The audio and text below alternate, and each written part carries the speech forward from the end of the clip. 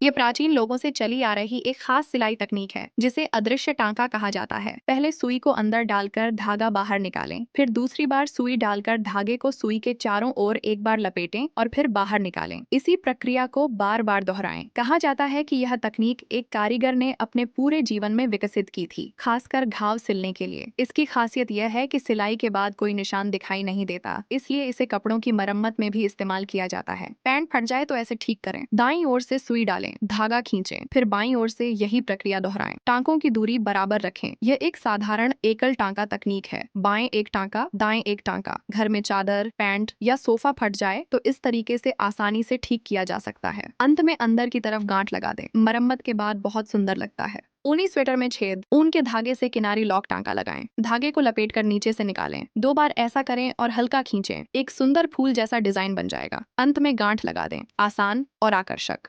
ढीली T shirt को बिना काटे छोटा करें। कपड़े को उल्टा करें, नीचे से लगभग 5 सेमी ऊपर निशान लगाएं। ऊपर नीचे मोड़ बनाकर 5 फोल्ड करें। लंबा हो तो और भी। हाथ से सिलाई करके फिक्स करें। अंत में गांठ लगाकर अतिरिक्त धागा काट दें। इससे कपड़ा छोटा भी हो जाएगा और नया स्टाइल भी मिलेगा। पतला और फिट दिखेगा। ढीला गला। ऊपर नीचे टांका लगाते हुए अपनी जरूरत के हिसाब से सिलें।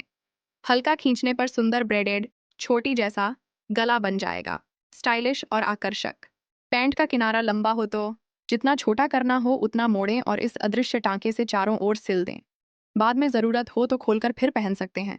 कोई निशान नहीं दिखेगा। स्वेटर की ढीली कफ। जितना ढीला है उतना मोड़ें। अंदर से टांका लगाकर फिक्स करें। एक मोती लगाकर सजावट भी कर सकते हैं। इससे कफ फिट और सुंदर हो जाएगा। पैंट की कमर ढीली हो। पुराने कपड़ों जैसे ब्रा से हुक निकालें और पैंट की कमर पर सिल दें। हर जगह 2-3 टांके लगाएं।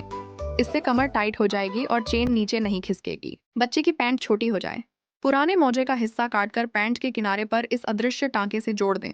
पैंट फिर से लंबी हो जाएगी। टी शर्ट का किनारा खुल जाए, ऊपर नीचे क्रॉस टांका लगाते हुए आगे बढ़ें।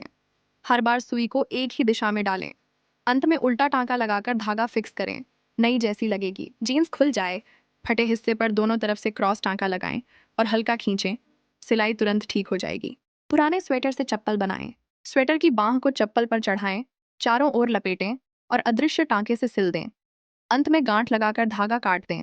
नरम और आरामदायक सर्दियों की चप्पल तैयार। कपड़े में बड़ा छेद, अंदर एक कपड़ा रखें, फिर सुई को अंदर से निकालकर गोल गोल टांके लगाएं। धागे को लपेटते रहें जब तक पूरा गोल भर न जाए।